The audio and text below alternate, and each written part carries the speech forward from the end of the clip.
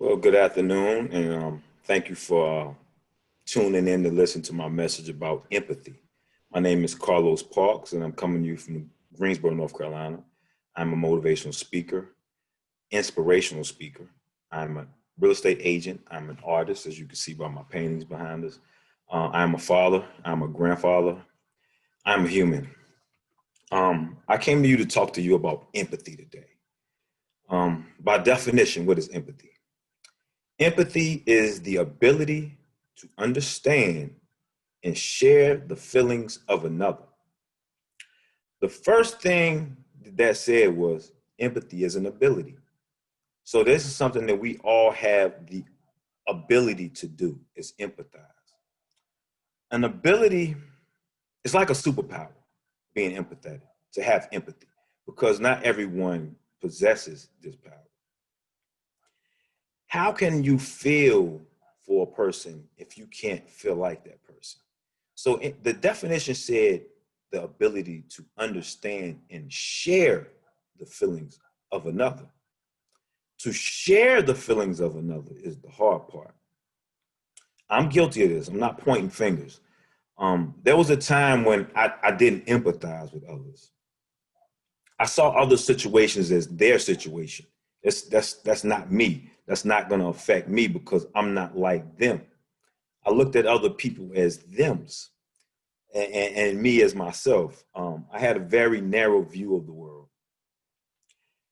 My view changed when I was incarcerated for 30 years. I actually did 17 years of that 30 years, but it was during this term of incarceration that I had an eye-opening moment. I had decided I was going to cause some physical damage to an individual who was my cellmate. My only reason for doing it was because he had 5 years and I had 30. And I was bitter. I was mad at the world. I was mad at him because he cried every day about his 30 years. And I hung out with a lot of guys who had life sentences. And it was during our discussion, I was telling what I was going to do to this guy. And one of the guys told me, he went off on me. You need to be glad that you have an out date because I don't have one. His release date was when he was dead, deceased, and in a box. And the way he told me, I had to step back for a second and think about that. And that is when I had an epiphany and I started to look at other people's situations because I was so busy feeling sorry for myself that I didn't realize there were people who would love to have what I had, and that was an out date or exit date. So I began to empathize with this guy, Big L, and all of the other guys who had life sentences around me. I looked at it like, they're never going home. And I might be going home in 2026, but I'm going home. It was at that point I started to just look at everyone, and I look at everyone's situation, even the guy who had 5 years who I couldn't stand. There was a reason why he cried every day. I didn't know why he cried. So empathy is being able to put yourself in the shoes of another and see things how they see things, not just looking at the world through your narrow lens. Empathy is huge. Empathy is the greatest showing of love you can offer to a person. Empathizing with an individual, and I don't want to repeat the word over and over, but it's that significant. It's, again, like I say, it's the greatest showing of love. I have a friend of mine was in a car wreck. No fault of his own. He was driving down the highway with his teammate. He was a college basketball player. And my friend, who we'll call Sugar Ray, that was his nickname, he was hit by some drunk drivers. Drunk drivers flew off the overpass. Car landed in front of Sugar Ray's car, going down the highway.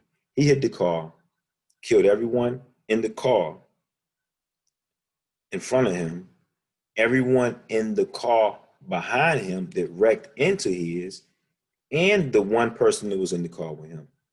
Sugar Ray was the only survivor of that accident. Sugar Ray suffered from something they call survivor's remorse. Survivor's remorse is when you feel bad that you lived through something that others didn't. Survivor's remorse is a show of empathy. Sugar Ray could not live with the fact that he made it. His friend who was driving his car did not make it. The people in the car behind him did not make it, and the people who caused the wreck did not make it, but he did. And instead of feeling as if, oh yes, I survived, he empathized with the people who didn't. He empathized with the families who lost their loved ones. He didn't think about the fact that he lost the usage of his legs, the fact that he was in a coma for months. Sugar Ray was suicidal at one point. He contemplated suicide. He did not go forward with it, but he contemplated it because he felt so bad about the lost lives. That is a perfect example of empathizing with others. So empathy prevents me from feeling sorry for myself because I know that there are people who are doing worse. I was fortunate enough to have my sentence reduced,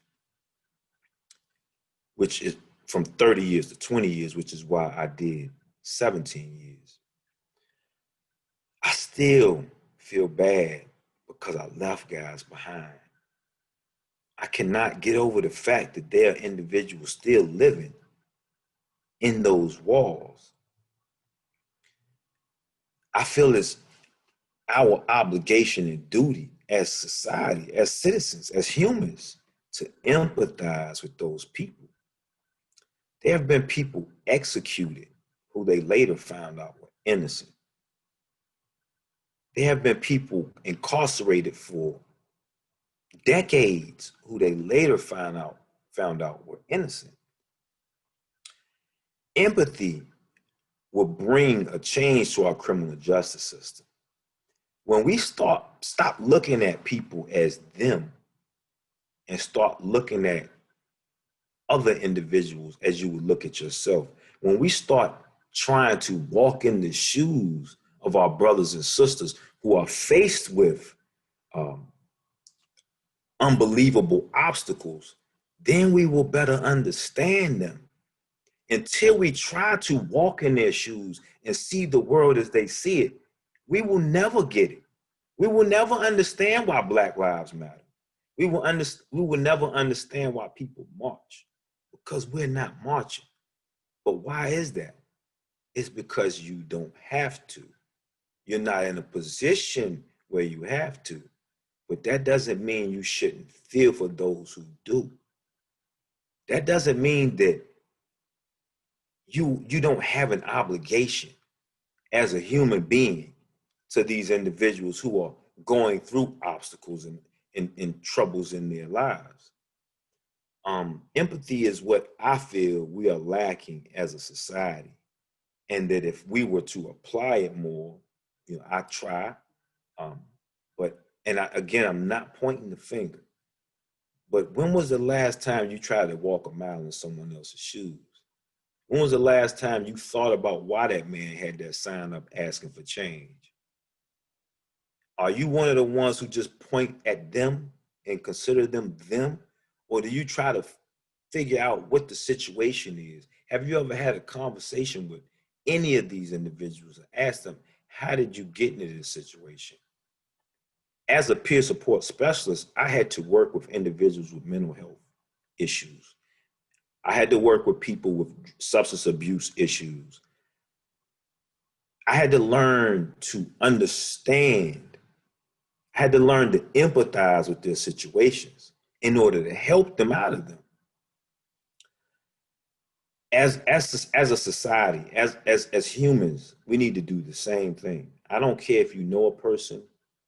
If you try to see the world as they see it, you will better understand them. I am a member of the Deli Eagle Speakers Bureau, and we say at the end of meetings a saying, when we can see beneath the evil all the golden grains of good, then we will love each other better when we are better understood. I thank you for your time. Have a blessed day.